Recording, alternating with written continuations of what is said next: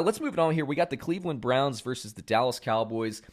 Both teams I thought were very, very impressive. I've been seeing, Dallas's offense came out sharp to start the year. They're 1-2, but they're a good 1-2 team. Cleveland now 2-1. You can see the Stefanski influence. This is what they should have been doing the last 2 years. Just give the ball to Nick Chubb. It's not rocket science. Just let him run. Give him 20 carries a game. He only got 19 against Washington, but still went over 100 yards, 2 touchdowns. Let me hit you with the projections, David. We got Baker Mayfield for me is a sit because I think you can do better elsewhere on him this week. I think it's going to be a run-heavy game. I think Chubb is a start. I don't have a start grade, at least a start projection on Kareem Hunt, but I disagree with that. I think Dallas's offense is good. Cleveland's going to have to pass the ball, and I think Kareem Hunt will be involved. So I think Kareem Hunt breaks the computer projection. For me, he's a start. I think Beckham and Landry are both borderline starts. Computers like Landry more than Beckham this week. But again, I think it's going to be higher scoring game than the projections are coming back. Dallas can put up points, and I believe that Cleveland can put up more points as well. Dallas, on the other hand, Dak Prescott, definite start. Zeke, definite start. The receivers at this point, you got to start them all. CeeDee Lamb, if you have him. Gallup, if you have him. Cooper, if you have him. And Cedrick Wilson, okay, I guess you could start him too. But really, I think what I saw in Dallas against Seattle, Cedrick Wilson had a bigger game. Dalton Schultz had a lesser game. I think those two will go back and forth throughout the season, but this team can start 4 pass catchers. You just got to ride that matchup. What do you think about that, David? I think I disagree with Mayfield for number one because this Dallas defense has just been a sieve across the board, and we already know the Dallas offense is going to put up points. So I think it's going to be a good week. I think you're starting every Brown. Chubb, Hunt, Mayfield, and I think it's going to be a big Odell Beckham week. I think this is your chance, right, guys? After this week, get Odell Beckham sold. Get him off the squad. I agree. If you got him off the squad after the 17-point game where he had 4 for 74 against Cincinnati on that Thursday night game, great. The hype's already cooled back down to not thrilled level. It could go back up after a big week against Dallas, but guys, week 14, Odell Beckham, first week of the fantasy playoffs. You know who he plays? They play the Baltimore Ravens. Yeah. He's gonna screw you that week. He's gonna screw you that week. He will. It's an inevitability at this point. And great, he plays the Giants and Jets 15 and 16. If you can squeak out a win week 14, he's got good matchups.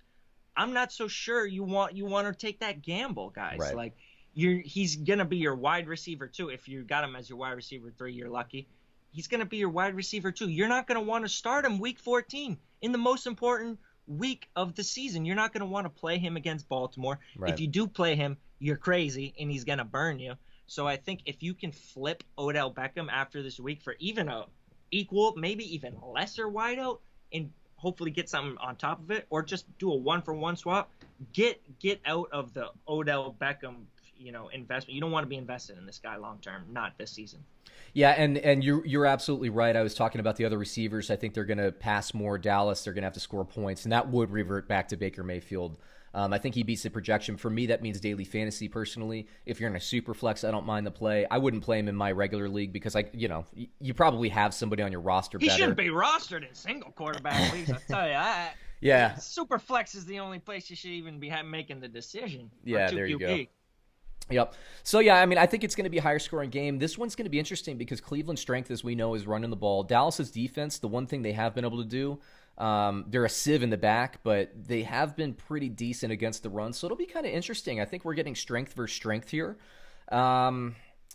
I don't know. I mean, Dallas is a really good 1-2 team because they can score points. The Dallas defense needs to firm up. But let me hit you with the line, David, because it's an interesting one. Cleveland, Bovada has at plus 5.5 versus the Cowboys. Who do you have? Cowboys have been in close games, man. Like, I don't like picking the Cleveland Browns, but if they're getting 5.5 points, I think I'll take them in the points here.